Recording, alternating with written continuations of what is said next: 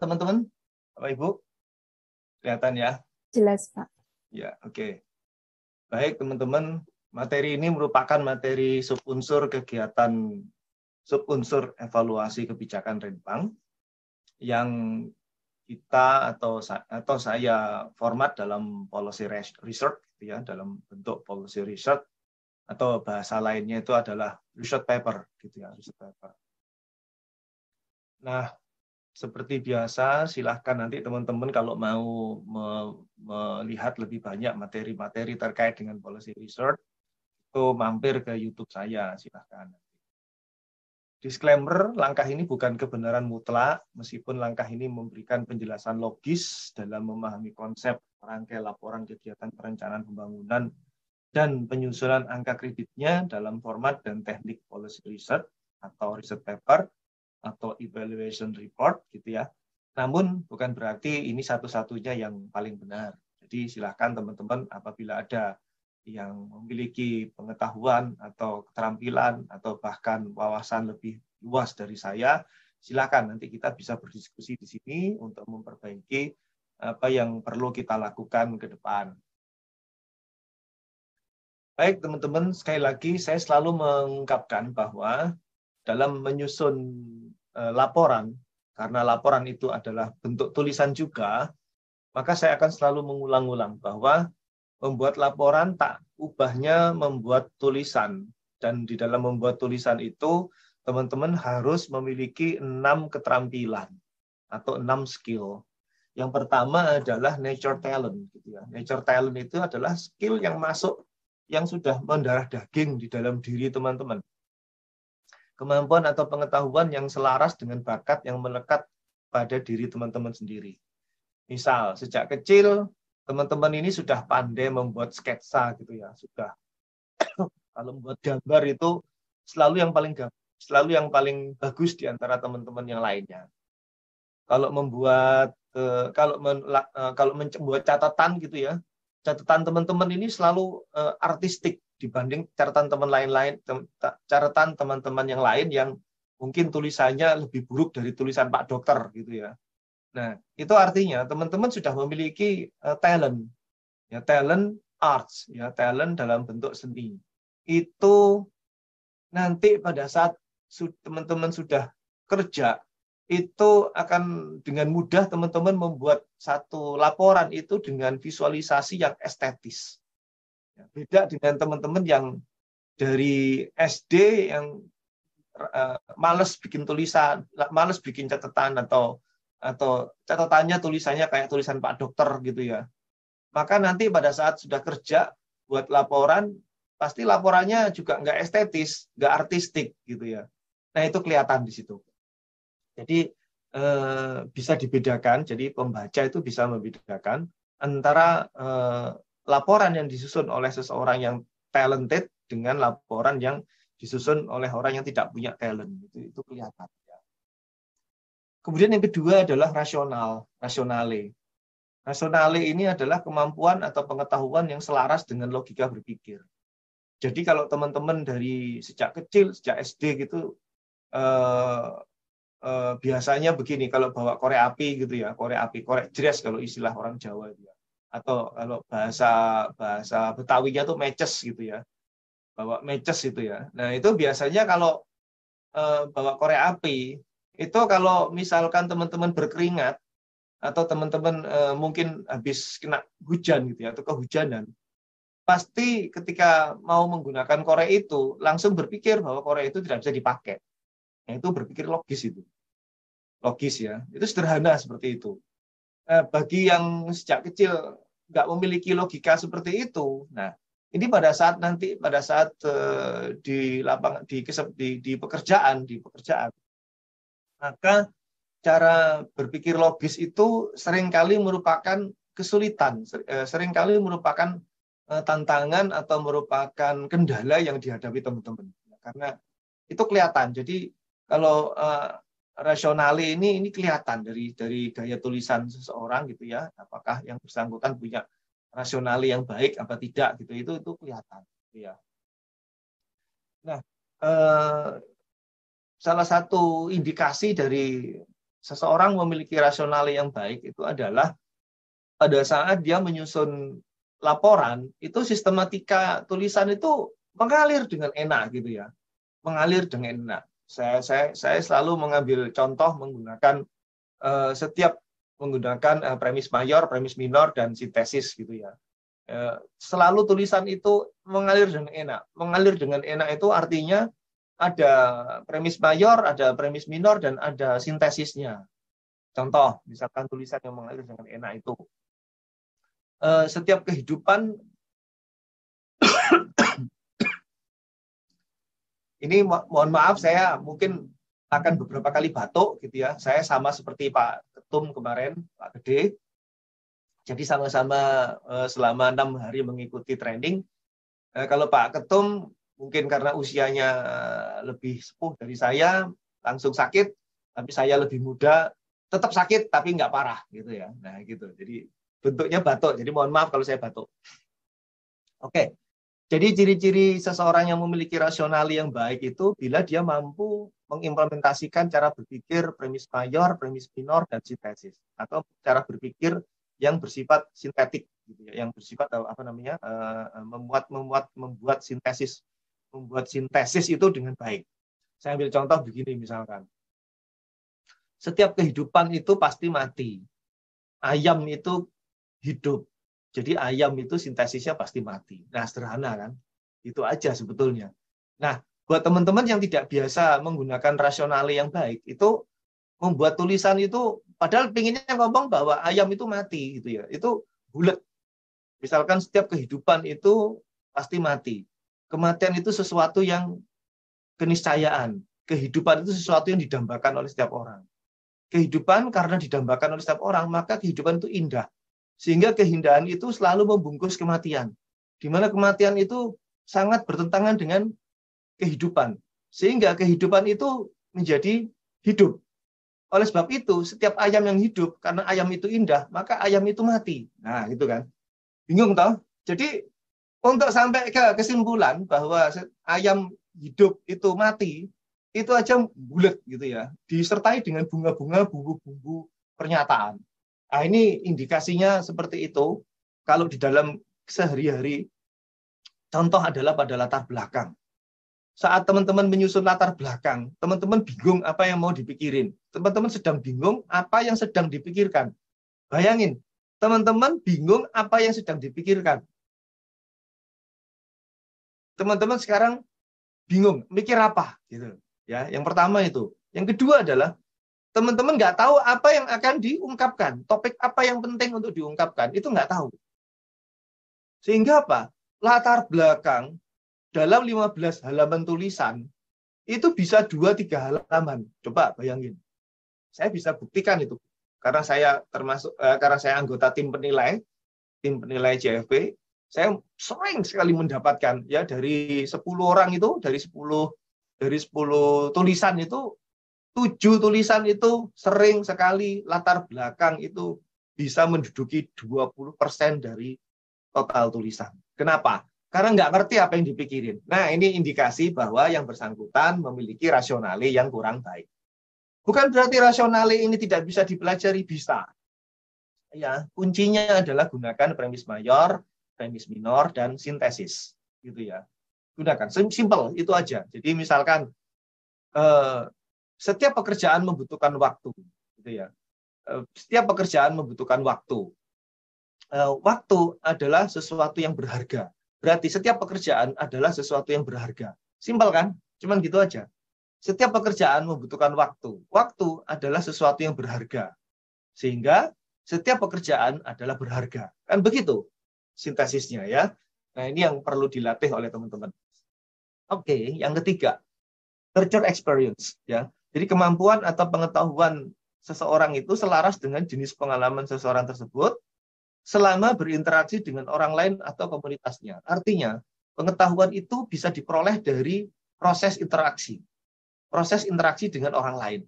Jadi kalau si penulis dalam pekerjaan itu tidak pernah berinteraksi dengan orang lain, itu kelihatan dalam tulisan. Tulisan itu akan kelihatan monoton.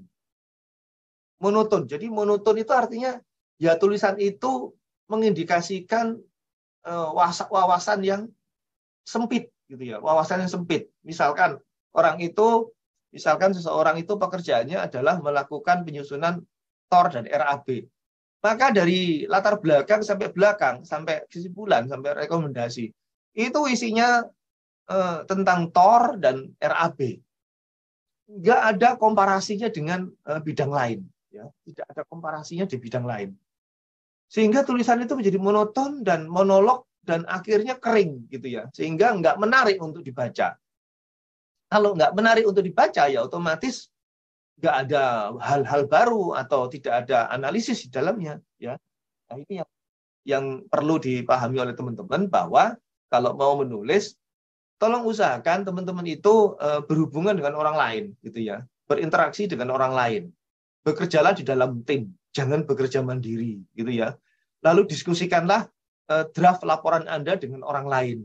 Nah, ini kelihatan sekali kalau dia nulis sendiri, lalu takut dikomentari, kemudian dia simpan tulisannya itu sendiri, lalu tiba-tiba dia laporkan kepada tim penilai. Nah, karena monoton monolog, karena nggak sempat dibaca oleh orang lain atau peer group review, gitu ya, sehingga tulisan itu menjadi gagal, gitu ya. Tulisan itu menjadi gagal, gitu ya. Jadi nurture experience bisa Anda latih dengan cara Anda berinteraksi sesering mungkin dengan orang lain, minimal dengan rekan sekerja Anda, dengan kolega Anda, teman-teman yang berada di kanan kiri meja kerja Anda, ya. Anda harus diskusi. Setua apapun Anda, itu tetap harus luangkan waktu untuk berdiskusi. Jadi itulah konsep belajar sepanjang hayat, gitu ya. Saya meskipun umurnya baru 49 tahun gitu, tapi teman-teman saya itu spektrumnya sangat luas, mulai dari anak SMA sampai yang sudah sepuh-sepuh umur 80 tahun gitu, saya selalu berdiskusi. WA grup saya itu aneh-aneh ya. WA grup saya itu mulai dari anak SMA, WA grup anak SMA sampai WA grup pensiunan umur 70 tahunan itu saya punya. Tujuannya apa? Karena saya ingin kehilangan wawasan dari cara berpikir anak usia 17 tahun dengan anak usia umur 71 tahun. Ya, beda angka, hanya kebalik cara nulisnya aja, tapi memiliki diversifikasi pemikiran yang sangat berbeda. Kemudian yang keempat, itu adalah insight skill. Insight skill itu adalah kemampuan atau pengetahuan yang sifatnya itu tidak terstruktur atau susah didefinisikan, tapi teman-teman mampu membuat sesuatu yang tidak terstruktur, yang susah didefinisikan itu menjadi terstruktur dan menjadi terdefinisi. Nah, itu ya. Contohnya adalah teman-teman membahas mengapa seseorang kepala dinas itu, katakanlah kepala dinas A, itu memiliki kepemimpinan yang sukses, sementara kepala dinas B itu kepemimpinannya gagal, gitu ya. Nah, itu kan sifatnya tidak terstruktur, ya. Artinya gaya kepemimpinan seseorang itu antara orang A dan B itu tidak terstruktur. Nah, Anda membuat strukturnya. Caranya adalah Anda menggunakan cara berpikir yang rasional, Anda memahami pengalaman orang lain dengan nurture experience, gitu ya. Misalkan pemimpin yang sukses itu satu, itu misalkan variabelnya A, variabelnya satu, variabelnya X, gitu ya. Kemudian variabelnya X1, X2, X3, X4, X4. Itu misalnya. Jadi misalkan ada cara memimpin sukses itu ternyata berdasarkan pengalaman orang-orang itu ada 4, X1, X2, X3, X4 gitu misalkan. Nah, ini kemudian Anda uji, gitu ya. Anda uji dengan cara mengobservasi si A dan si B yang menjadi objek analisis Anda. Si A misalkan pemimpin yang sukses itu, si B yang tidak sukses, gitu ya. Nah, itu Anda uji dengan cara melakukan observasi. Misalkan itu suatu cara yang tidak struktur menjadi terstruktur, seperti itu, ya. Kemudian sesuatu yang susah untuk didefinisikan menjadi yang dapat didefinisikan. Jadi ternyata seorang pemimpin yang sukses itu adalah pemimpin yang memiliki karakter X1, X2, X3, X4. Dan ini teruji berdasarkan observasi saya terhadap si A. Dan ini ternyata teruji juga kepada si B. Si B itu tidak punya karakter X1, X2, X3, X4. Tapi dia punya karakter X5, X6, X7. Di mana karakter itu bila dominan di seseorang, maka si pemimpin yang bersangkutan justru akan dijauhi oleh anak buah. Jadi mendefinisikan sesuatu yang tersembunyi itu adalah tugas dari penulis, ya.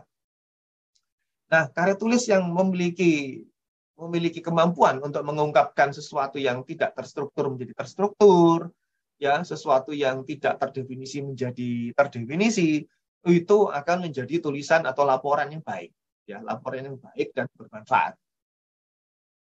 Kemudian yang kelima adalah content skill, ya. Content skill yang keenam adalah contextual skill.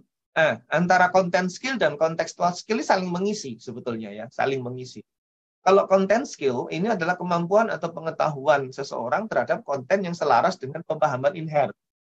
Pemahaman inherent ini adalah level kognitif, sesuai dengan level kognitif. Ini berkorelasi dengan latar belakang pendidikan, ya, latar belakang pendidikan formal. Sehingga seseorang yang lulusan sarjana hukum, ya, dalam konten skill, ketika dia menulis laporan perencanaan pembangunan, maka seseorang yang latar belakangnya sarjana hukum pasti dominasi tulisannya itu tulisan yang mengarah ke teori-teori hukum, gitu ya. Jadi kalau kebetulan dia membidangi penyusunan renja, gitu ya, dia pasti akan mendominasikan mengutamakan tulisannya itu dengan tulisan-tulisan yang terkait dengan regulasi-regulasi, gitu ya, dengan pedoman-pedoman. Itu banyak. Itu banyak saya temui seperti itu, ya. Banyak saya temui laporan yang seperti memindahkan pedoman umum, seperti memindahkan juknis ke dalam laporan. Seperti memindahkan pasal-pasal batang tubuh suatu peraturan ke dalam laporan. Itu bisa sampai 50% dari isi tulisan. Jadi tulisannya itu 5 halaman, 10 halaman, 5 halaman diantaranya itu isinya regulasi, pedoman umum, gitu ya. Itu seolah-olah di cut and paste itu dimasukkan dalam laporan. Nah, itu kelihatan sekali, ya. Meski nggak semua sih, ya, nggak semua. Juga ini bisa terjadi juga pada orang-orang yang memiliki latar belakang yang lain, gitu ya. Jadi misalkan dia latar belakangnya teknik sipil, gitu, dia disuruh bikin analisis renja, gitu ya. Maka dia dalam membuat analisis renja yang diutamakan di dalam tulisan itu justru adalah spesifikasi teknis jembatan, gitu ya.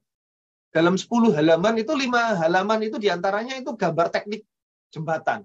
Jembatan yang bagus itu tentang tingginya ini, tentang lebarnya ini, bahu jalan ini, badan jalan ini, gitu ya. Terus kemudian kedalaman fondasi atas, kedalaman fondasi permukaan segini, kedalaman fondasi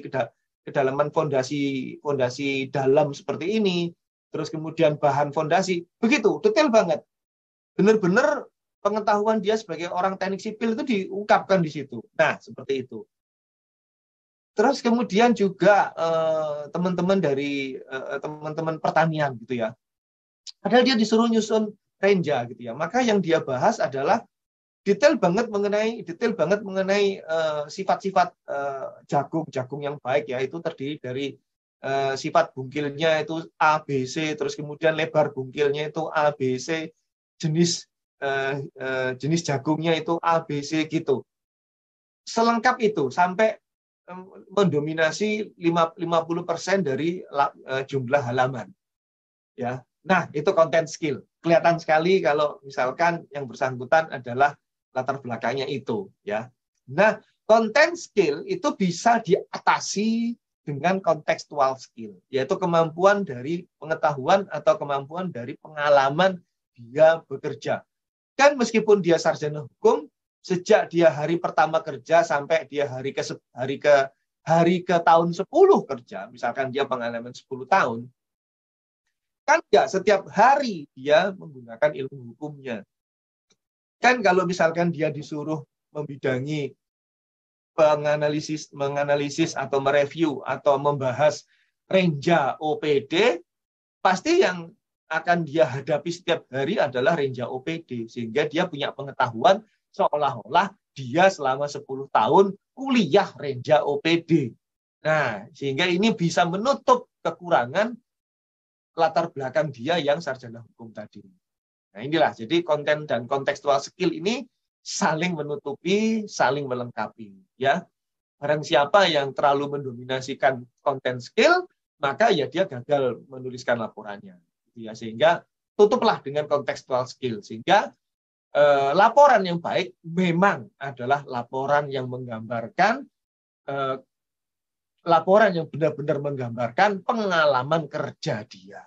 Gitu ya, pengalaman kerja dia. Bukan laporan yang menggambarkan latar belakang dia, ya, latar belakang pendidikannya dia.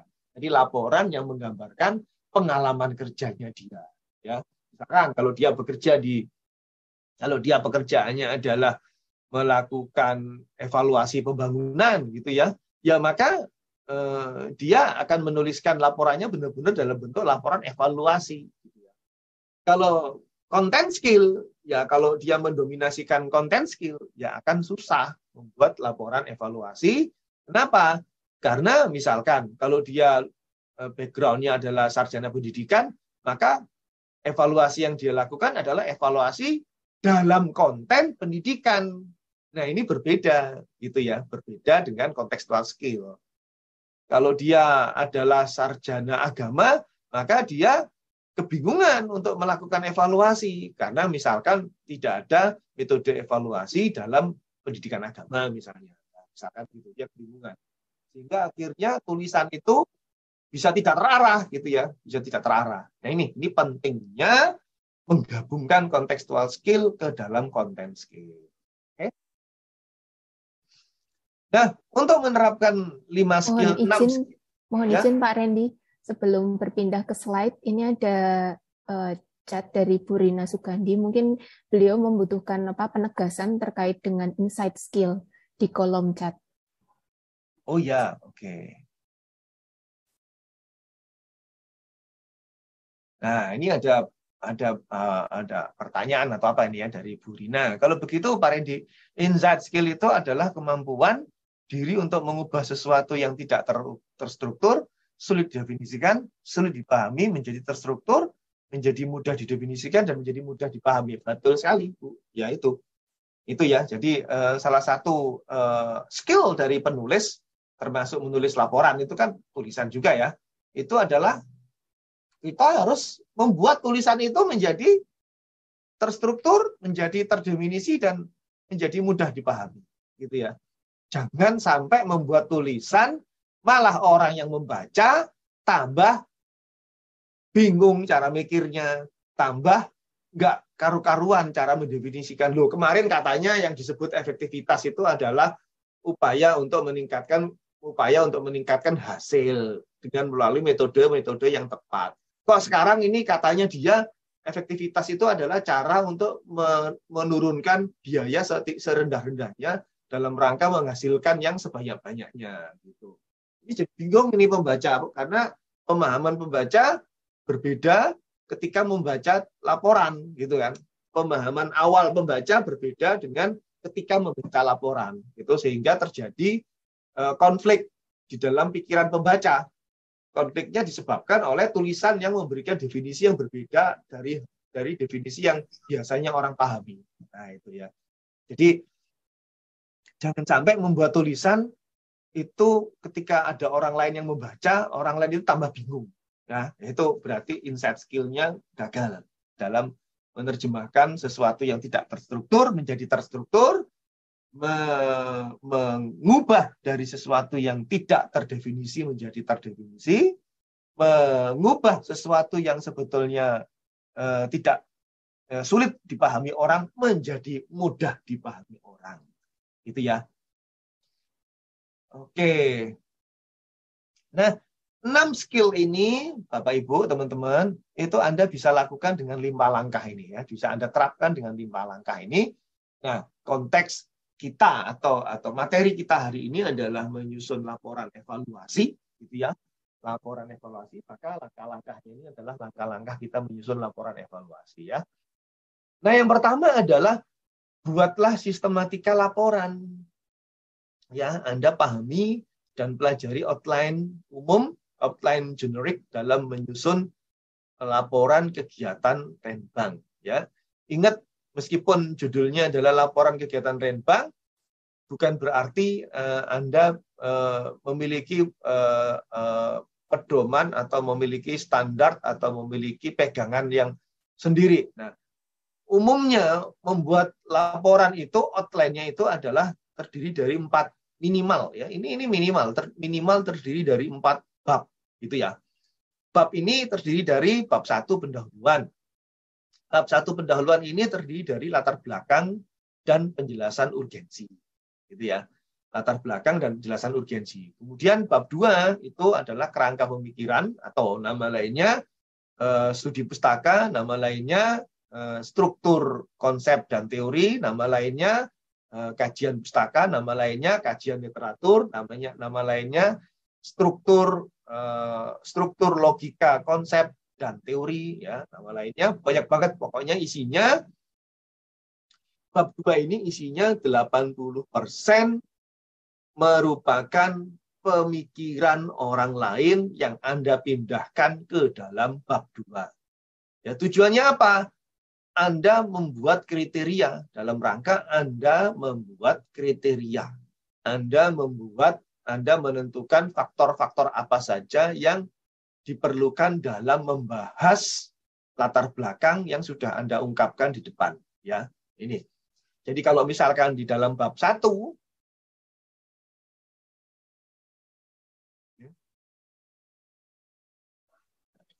ini di dalam bab 1,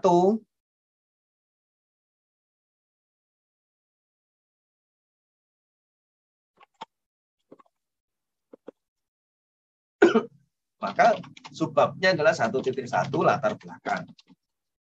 Latar belakang ini Anda menulis satu paragraf ya. Menulis satu paragraf, di dalam paragraf itu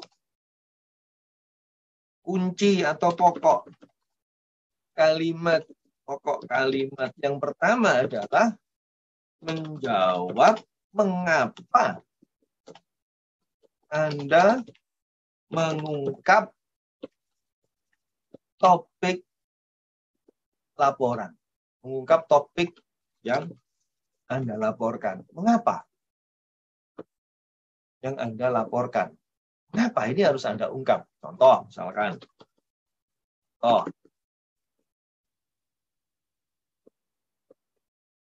Judul laporan Anda misalnya, judul laporan Anda misalnya,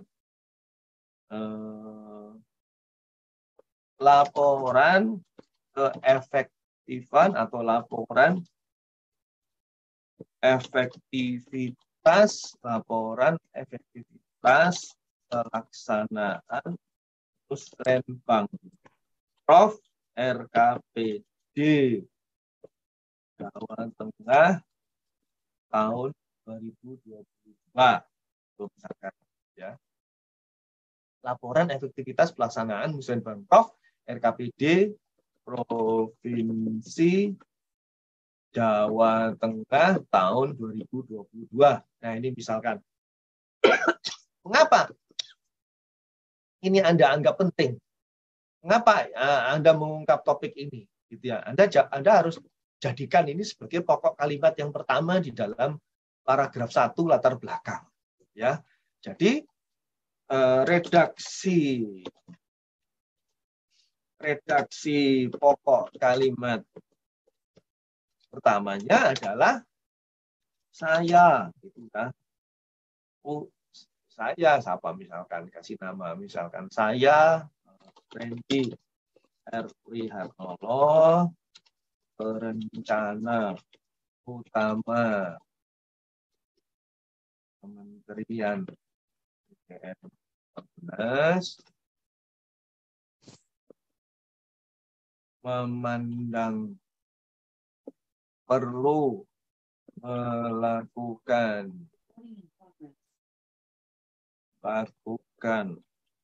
kajian efektivitas pada pelaksanaan musrenbang Prof RKPD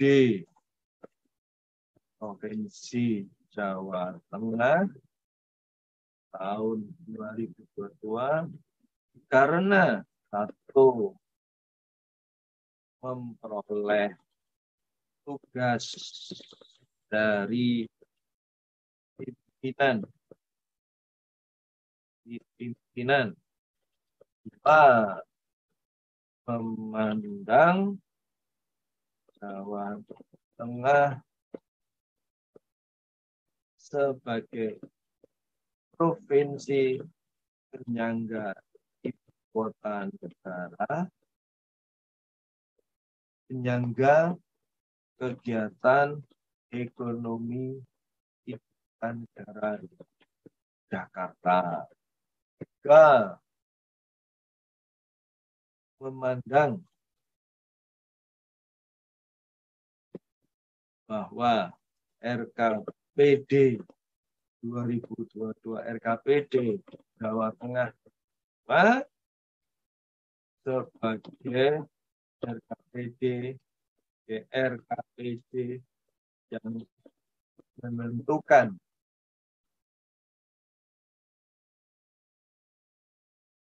pula kesuksesan Jakarta sebagai kesuksesan Jawa Tengah sebagai daerah dengan penduduk yang besar, yang terbesar ketiga di Indonesia. Nah, misalkan begini. Ya. Jadi latar belakang itu menjawab mengapa Anda mengungkap topik ini. Apa alasannya? Kan? Alasan pertamanya adalah memperoleh tugas dari pimpinan. Nah, itu sesuatu yang tidak terelakkan, ya toh. Anda melaksanakan itu tentu dasarnya tugas, ya. Tapi di balik tugas itu pasti ada sesuatu tuh pimpinan ngasih tugas. Kenapa? Anda harus tanya ke pimpinan. Kalau pimpinan nggak bisa jawab, ya Anda harus bisa jawab. Karena memang Anda yang diberi tugas. Nah, Anda harus cari. Apa itu? Oh, ternyata memandang Jawa Tengah. Anda memandang Jawa Tengah itu sebagai provinsi penyangga kegiatan ekonomi negara. Penyangga ekonomi ibu kota negara. Yaitu Jakarta.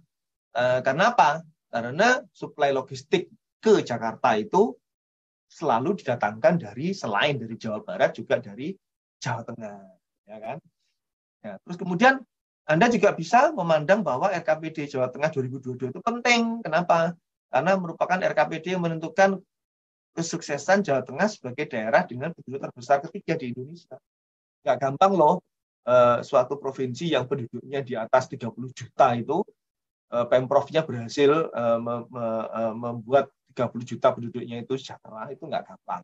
Ya. Nah, ini salah satu dari tiga kenapa kok Anda menganggap bahwa topik itu penting untuk Anda ungkapkan. Nah, kemudian pokok kalimat yang kedua. Pokok kalimat yang kedua itu adalah kalau topik ini dilupakan, maka apa yang terjadi? Nah, gitu. Kalau topik ini dilupakan, apa yang terjadi? Ini harus Anda jawab, ya. Jadi pokok kalimat kedua ini adalah menjawab seandainya topik ini dilupakan atau tidak ada yang mengangkat atau tidak ada yang melaporkan atau tidak ada yang mengevaluasi, ya, maka apa yang terjadi? Nah, ya, contoh. Contoh.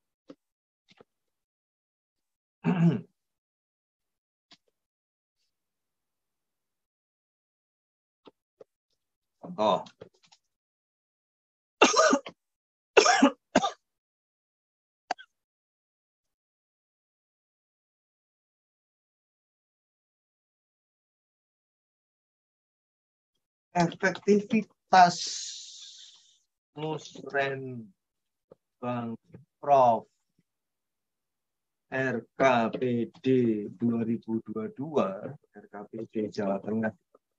Nah, ini penting dinilai.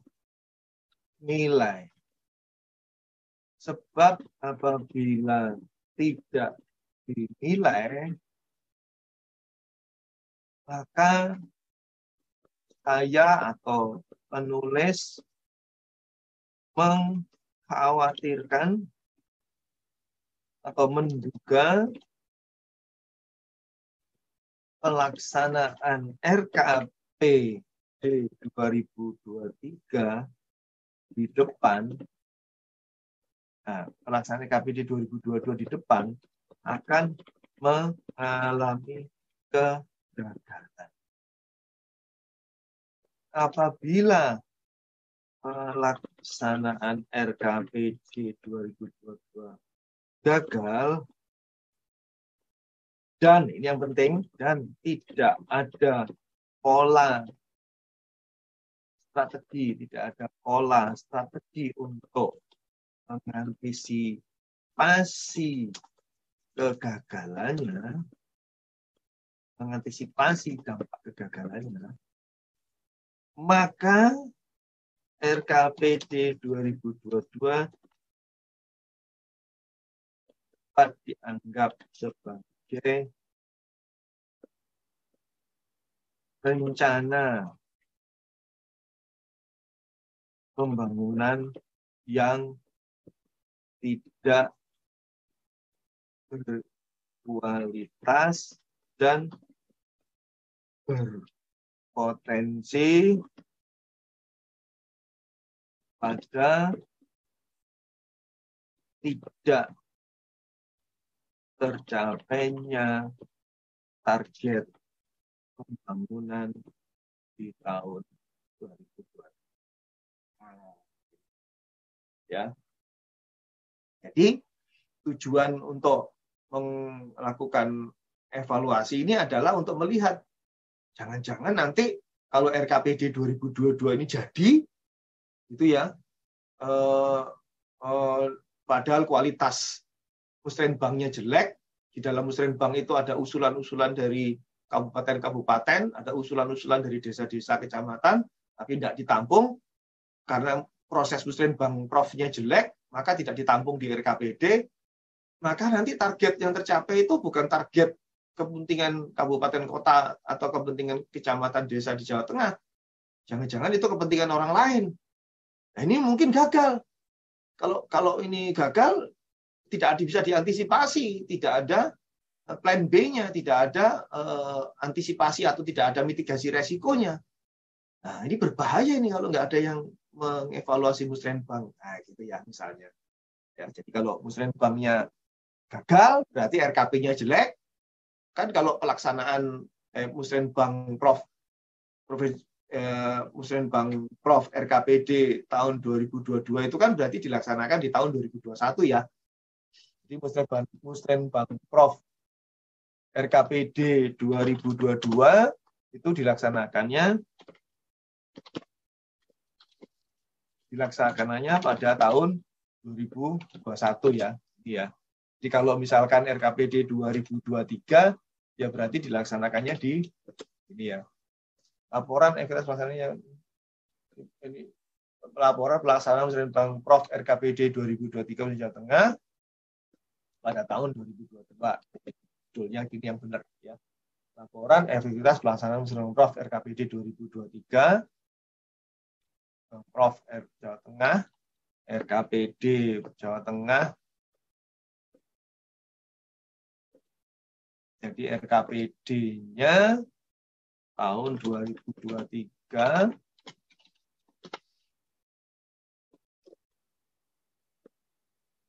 RKPD Jatengnya berarti tahun 2023. RKPD Jatengnya berarti tahun 2023.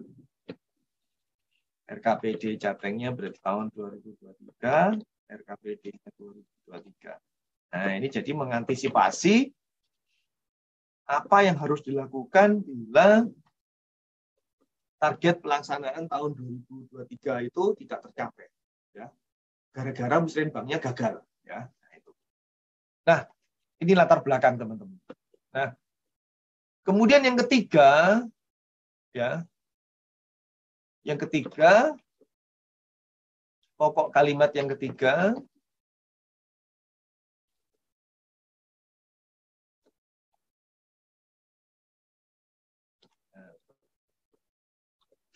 menjawab solusi sementara yang Anda tawarkan untuk mengungkap topik yang Anda laporkan. Nah, ini kuncinya. Solusi sementara. Ya. Nah, jadi menjawab itu. Di penulis akan mengeksplorasi mitigasi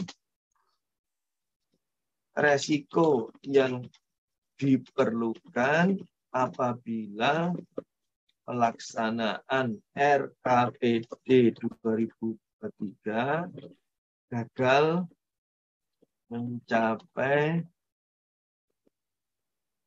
tujuannya dan sekaligus memperbaiki mekanisme pelaksanaan musrenbang Prof.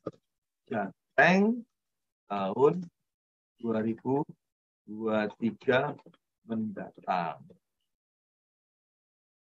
Nah, ini ya. Ini memperbaiki mekanisme pelaksanaan mendatang. Oke. Nah, ini lalu Anda bikin menjadi satu kalimat, ya. Anda bikin menjadi satu kalimat itu.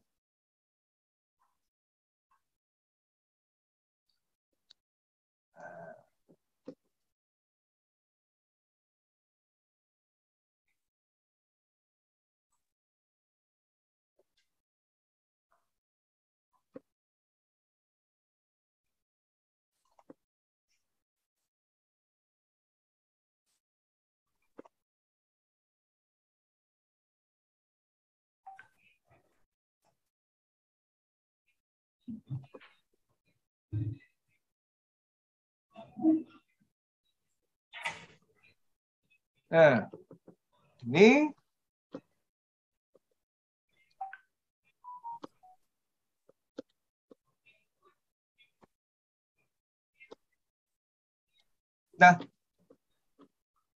jadi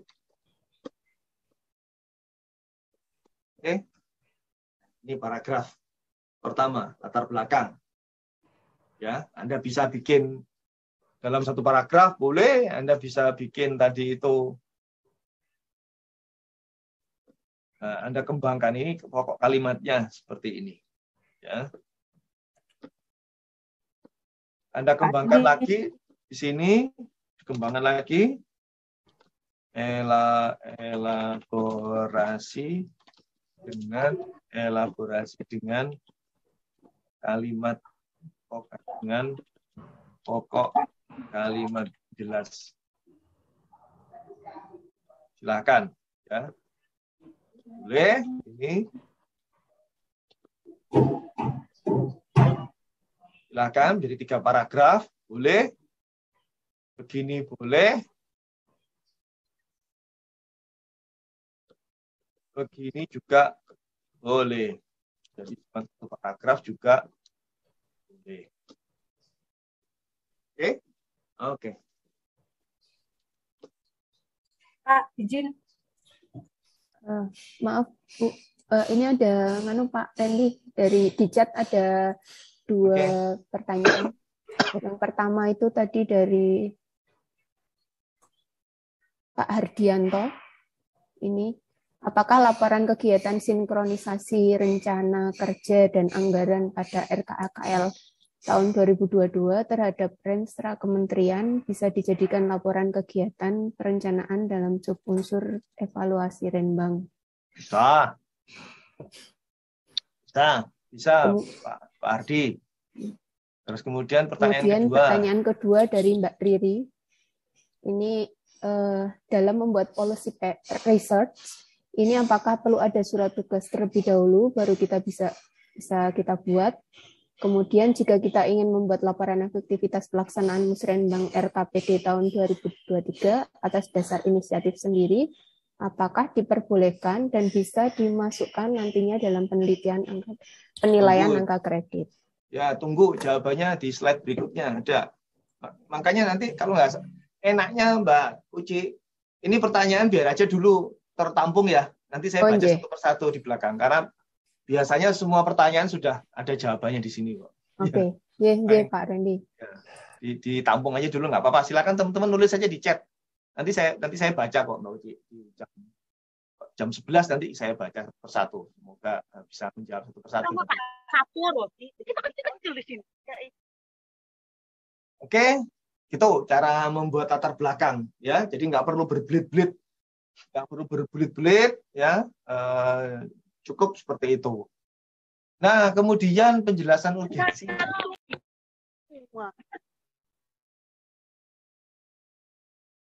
Penjelasan urgensi itu terdiri dari apa? Terdiri dari tujuan, terdiri dari identifikasi masalah, terus kemudian, jadi kalau di dalam policy research itu ya, urgensi, penjelasan urgensi itu terdiri dari identifikasi masalah, terus kemudian tujuan, terus kemudian manfaat. Tambahin satu juga boleh. Sistematika laporan.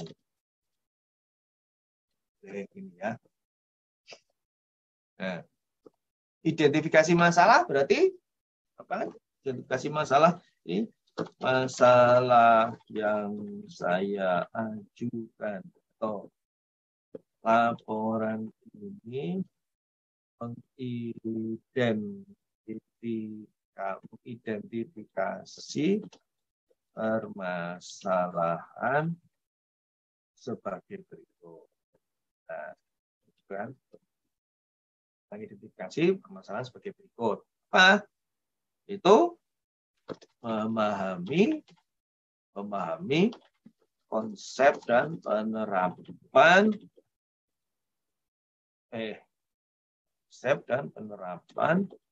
Musrenbang Prof Jateng 2022. Yang kedua,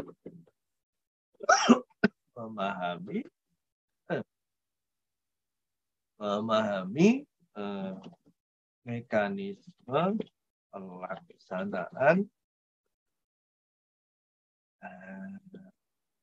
Terakhir pertanyaan penelitian menguji efektivitas Musrenbang Prof.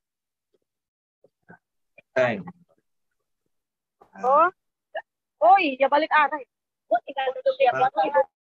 Minimal 3 ini ya. Minimal 3 ini. Kemudian juga tujuan. Laporan ini bertujuan mengungkapkan ya. Ini ya.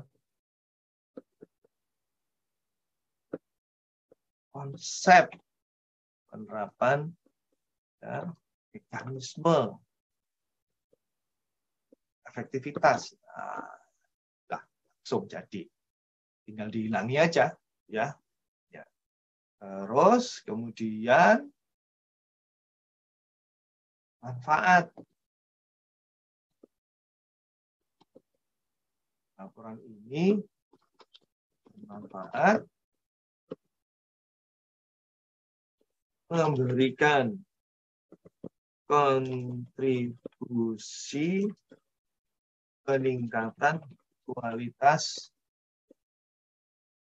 konsep dan penerapan proses Jateng di tahun berikutnya. Nah, ini memberikan kontribusi pada peningkatan kualitas mekanisme bank di tahun berikutnya.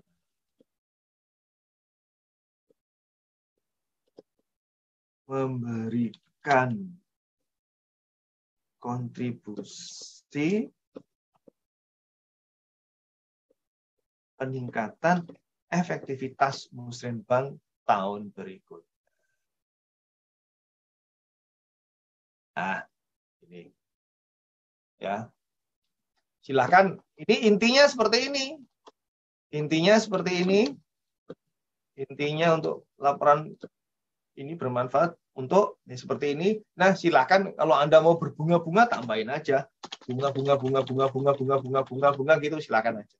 Tapi jangan lupa intinya ini cuman ya.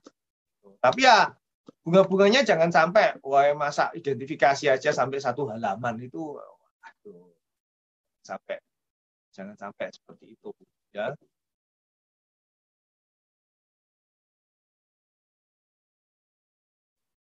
Oke.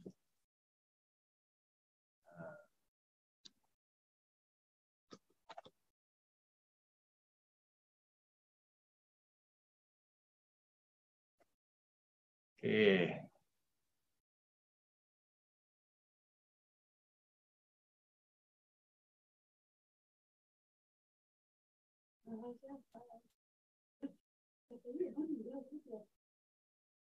Oke, nah itu. Nah, kemudian sistematika laporan. Nah, sistematika laporan itu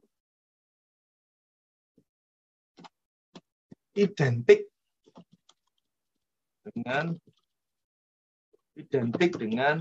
outline. Ya. Laporan evaluasi ini saya susun dengan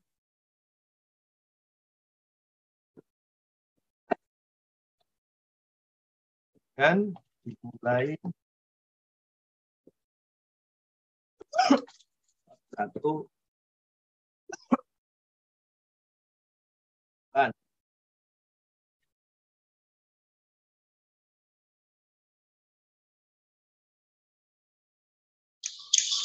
bab 1 dan bab 1 pendahuluan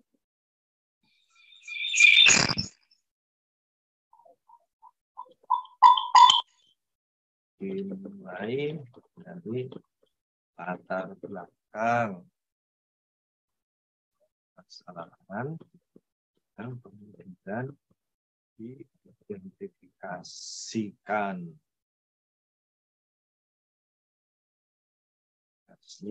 dan selanjutnya menentukan tujuan dan manfaat.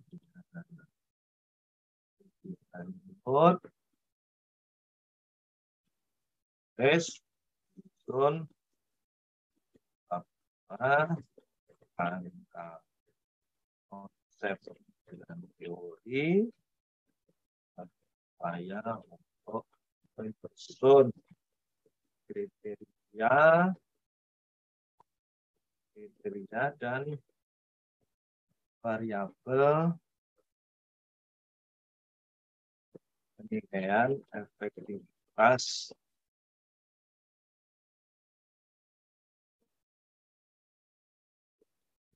musrenbang COP Jateng 2022 yang diangkat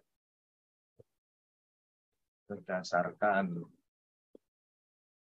kriteria diturunkan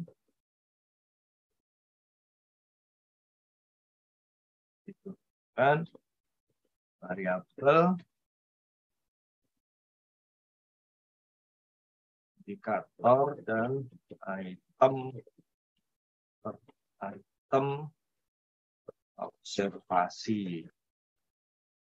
Dan item observasi dalam rangka dan data.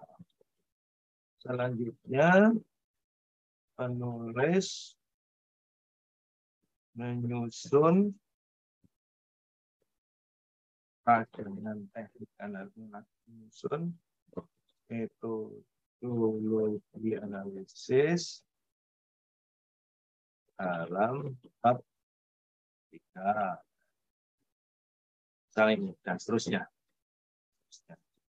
Ya. Nah, silakan nanti ada contohnya di belakang. Ya. Oke. Nah, di dalam kerangka pemikiran ini nanti ada bab 2.1, kerangka pemikiran secara logis teoritik, secara logis empiris, dan secara logis regulatif. Ya, secara logis empirik, logis teoritik dulu berdasarkan textbooks, dan logis secara empirik berdasarkan pengalaman dari orang lain, pengalaman dari daerah lain, organisasi lain, dan logis secara regulatif. Jadi berdasarkan regulasi yang berlaku, berdasarkan hukum positif yang berlaku. Ya. Kemudian di bab 2 juga ada metodologi, atau nanti pada saat membuat laporannya sendiri ini ya, bab 2.2 ini bisa dituangkan dalam bab tersendiri. Jadi bab 3 gitu ya. Jadi bab 3. Nah, kemudian bab 3 ini analisis dan hasil analisisnya itu terdiri dari minimal 3.1 analisis, 3.2 hasil analisis dan pembahasan ya. Lalu bab 4 penutup terdiri dari kesimpulan dan rekomendasi kebijakan ya. Oke, nanti saya perdalam ini. Nah, ini penjelasan urgensi ya. Dielaborasi menjadi 2.2 ya, menjadi satu, dielaborasi menjadi 1.2 identifikasi, tujuan, manfaat, dan sistematika. Kemudian untuk metodologi juga bisa dielaborasi menjadi bab tersendiri, ya, bab tersendiri. Nah, silahkan nanti khusus untuk laporan evaluasi ini teman-teman nampaknya harus menyajikan metodologi ini dalam bab tersendiri seperti ini, ya. Di dalam laporan evaluasi teman-teman harus menyajikan metodologi ini dalam bab tersendiri, ya. Apa isinya? Jenis analisis, ya. Ini apakah analisisnya kuantitatif ataukah analisisnya kualitatif? Monggo, silahkan, ya, silahkan. Apakah apakah analisisnya kualitatif, gitu ya, kuantitatif atau kualitatif? Silahkan, ya. Itu jenisnya. Kemudian untuk teknik ya Anda harus memilih juga. Kalau tekniknya kualitatif, ya Anda pilih misalkan tekniknya kualitatif gitu. Tekniknya apa? Tekniknya itu meliputi teknik cara mengumpulkan data. Nah, ya, cara mengumpulkan data. Kemudian cara menyajikan data. Kemudian cara analisis, ya, cara analisis data. Kemudian cara, ya sampai sini tekniknya, ya. Misalkan cara mengumpulkan datanya pakai apa?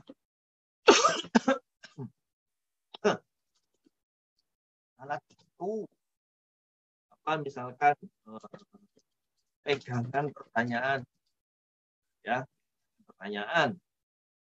Terus cara menyajikan data. Pakai Excel. Cara analisis data. Pakai SWOT, misalkan. Ya, baik.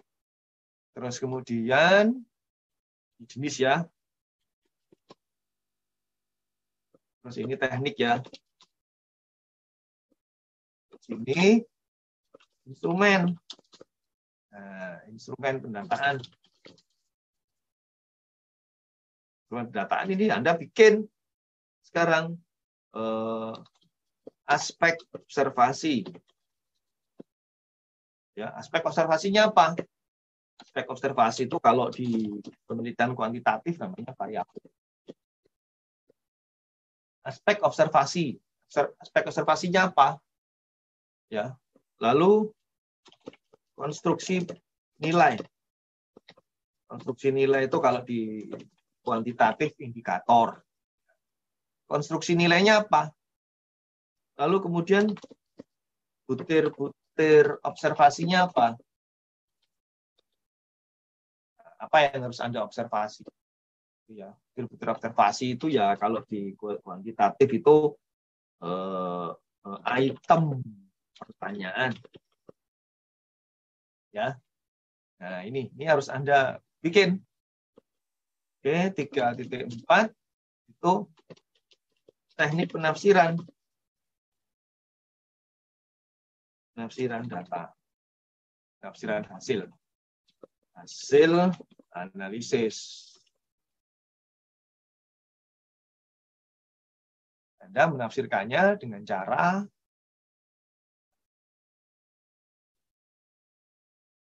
memasukkan dalam tabel LVAS. Nah, kan sebelum SWOT Anda harus bikin LVAS. Kemudian menyusun karakter SWOT. Menyusun diagram kuadran SWOT. Ya, menyusun diagram kuadran SWOT itu ya misalkan. Nah, terus kemudian menyajikan kesimpulan analisis SWOT.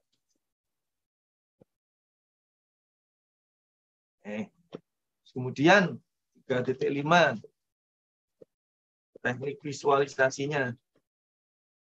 Nah, dalam bentuk deskripsi secara deskripsi menjelaskan kuadran.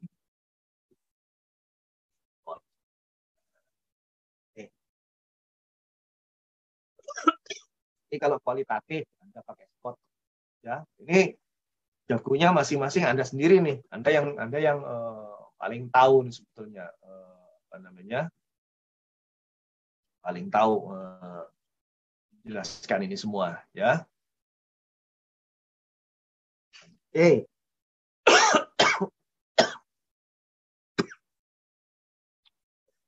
Nah, kemudian analisis dan hasil analisisnya kan tadi sudah dipinjam.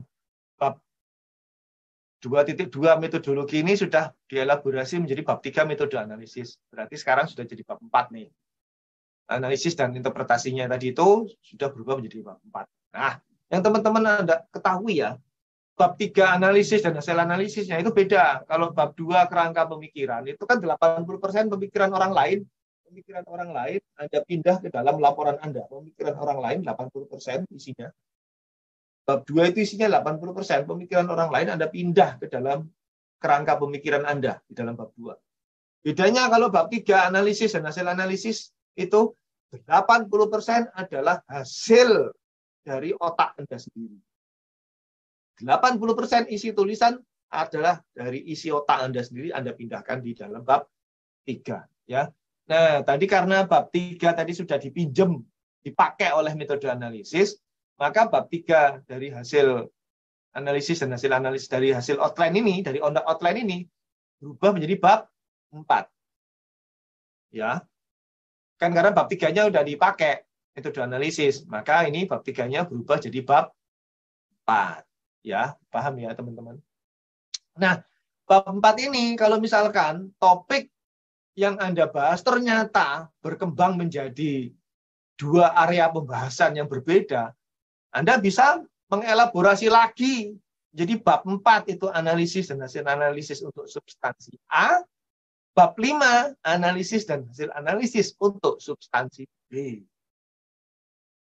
Ngerti ya? Gitu. Jadi kalau bisa berkembang lagi, boleh ya, di dalam laporan evaluasi research ini sangat boleh dan memang itu yang diharapkan dalam laporan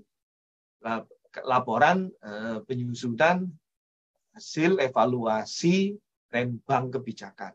Ya. Boleh menjadi bab 4, bab 5.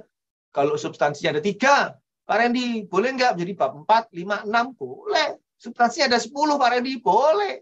4, 5, 6, 7, 8, 9, 10. Gitu. Berapa halaman? 200 halaman. Selesai nggak? Belum selesai, Pak Randy. Tahun depan selesai nggak? Nggak selesai. 3 tahun lagi selesai nggak? Nggak selesai.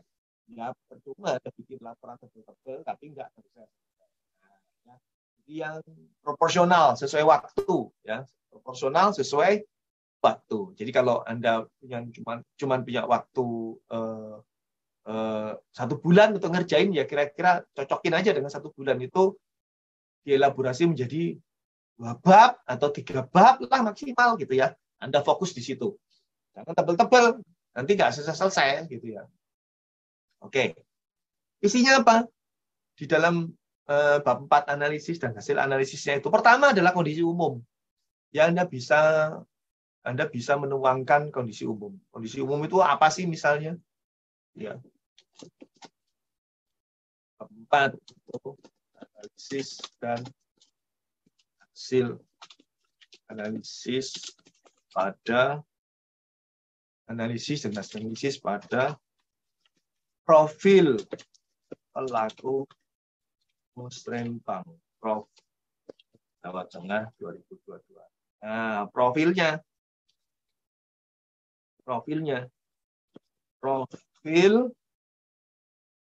latar belakang jabatan, profil jabatan peserta musrenbang Prof. Nah, kemudian 4.2 profil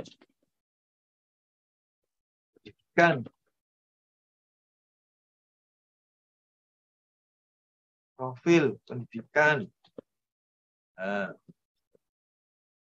terus kemudian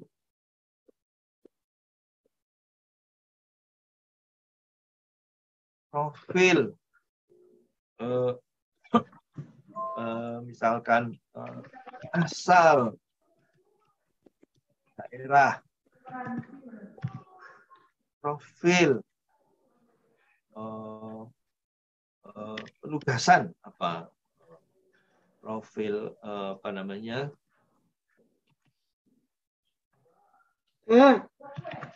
jenis kelamin, nah, ya. Nah. Kemudian 4.5 Anda bisa gabungkan misalkan tabulasi silang, profil jabatan, dan profil jabatan dan pendidikan. Nah, Anda bisa bikin cross tab-nya. Profil jabatan dan asal daerah. Profil tabulasi silang, profil jabatan dan jenis kelamin. Nah, terus kemudian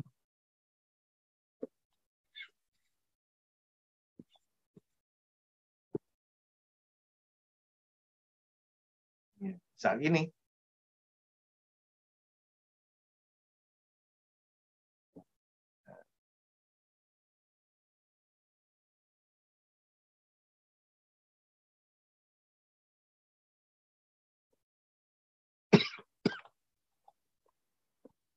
profil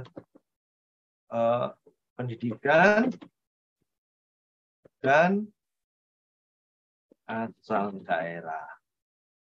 Profil pendidikan dan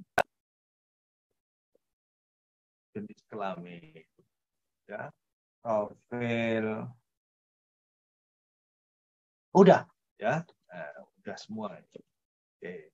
Pendidikan dan asal daerah, pendidikan dan jenis kelamin, pendidikan dan jabatan sudah, kemudian jenis kelamin dan asal daerah yang belum. Ya. Nah, jenis kelamin dan asal daerah. Ya, jenis kelamin dan asal daerah udah. Nah, ini kita bikin tabulasi silang, 6 tabulasi silang ini dari 4 aspek analisis. Oke. Kemudian 4.11 Anda bikin telaah analisis tabulasi silang. Misal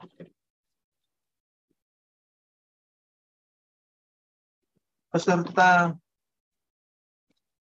musrenbang Prof didominasi oleh pejabat eselon 3 dengan jenis kelamin misalnya 65%, dengan jenis kelamin laki-laki. Laki-laki misalnya 70, misal 85%. Sehingga dalam proses pembahasan usulan kabupaten kota banyak substansi yang kurang mengindahkan kebutuhan masyarakat Jawa Tengah yang perempuan. Nah, karena pesertanya, pejabatnya mayoritas eselon 3, 65% yang laki-laki. Tuh, ya misalnya gitu. Oh, pantes di dalam RKP Jawa Tengah itu terlalu maskulin, gitu kan. Nah, ini sehingga profil atau kinerja atau substansi RKPD Jateng 2023 didominasi kebijakan, definisi strategi kebijakan dan program yang maskulin. Misalnya gitu. Jadi nggak ada itu perhatian kepada angka kematian ibu, angka kesejahteraan ibu, gitu ya. Terus angka kesuburan ibu, terus kemudian kegiatan pendampingan yang dilakukan oleh ibu-ibu, terus kemudian upaya untuk meningkatkan kesejahteraan anak-anak perempuan, itu kurang diperhatikan. Isinya itu bangun jembatan, bangun senjata, gitu ya, bangun gedung, gitu ya. Isinya itu maskulin semua. Yang sifatnya keibu-ibuan itu atau keperempuan-perempuanan itu kurang. Seperti misalkan ya itulah pokoknya ya. Oh, ternyata karena pesertanya didominasi oleh eselon 3 yang 85% laki-laki. Itu misalnya. Ya, Anda bikin itu di dalam analisis untuk substansi A seperti ini. Oke.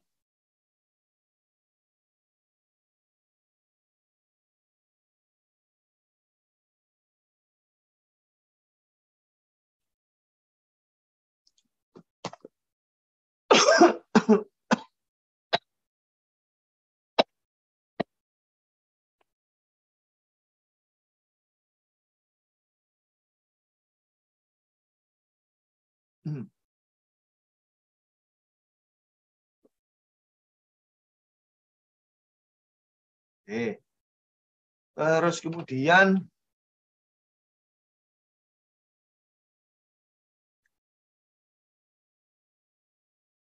kemudian untuk hasil analisis substansi B, silakan nanti Anda eksplorasi kan. Anda eksplorasi berdasarkan topik-topik yang lain, topik-topik yang Anda munculkan, ya. Nah, kemudian penutup itu terdiri dari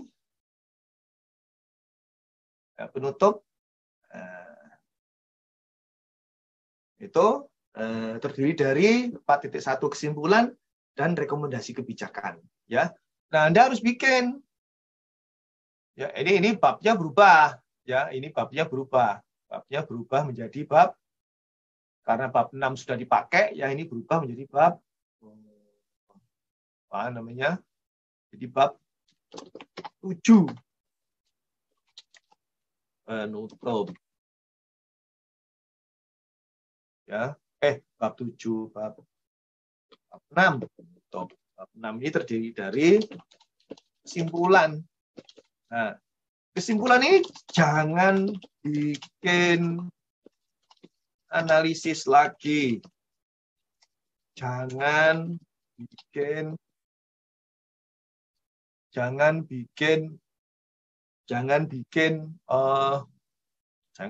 teori lagi. Jangan ada kata-kata baru di luar yang sudah diuraikan dalam bab 1 sampai dengan bab berapa? Bab 5. Peng nih. Ya. Peng. Jangan bikin teori lagi. Jangan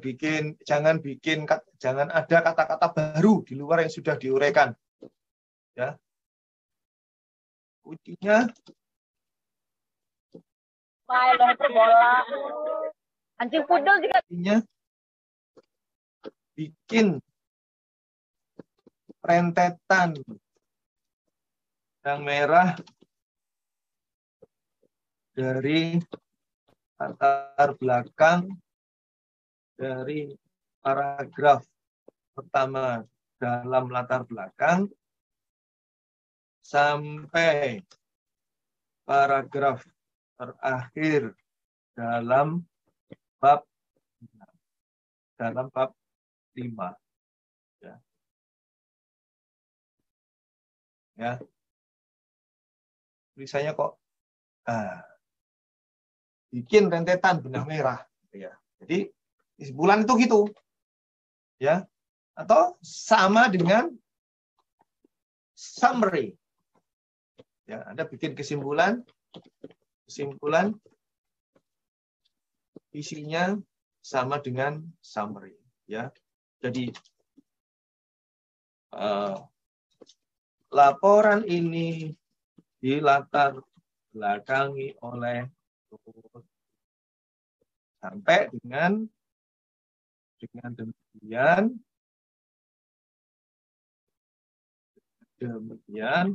laporan ini sesuai dengan kesimpulan dalam bab 4 dan bab 5 menyatakan bahwa Muslimpang Prof. Tank 22 merupakan, ya, ini penting nih. Barulah kemudian 6.2 rekomendasi kebijakan. Anda bisa nambah loh ini rekomendasi kebijakan, ya. Anda bisa nambah selain 6.2 rekomendasi kebijakan, Anda bisa nambah 6.3 rencana tindak lanjut. Ya, Anda bisa nambah rencana tindak lanjut. Oke.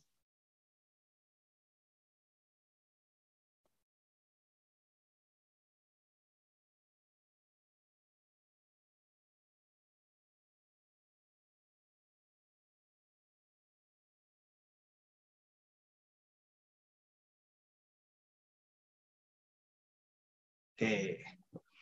Oke, saya lanjutkan langkah kedua. Jadi itu baru outline loh ya. Sekarang langkah kedua. Nah, ingat ya, bahwa Anda sekarang berada di zona evaluasi hasil pelaksanaan. Jadi materi hari ini berada di dalam zona evaluasi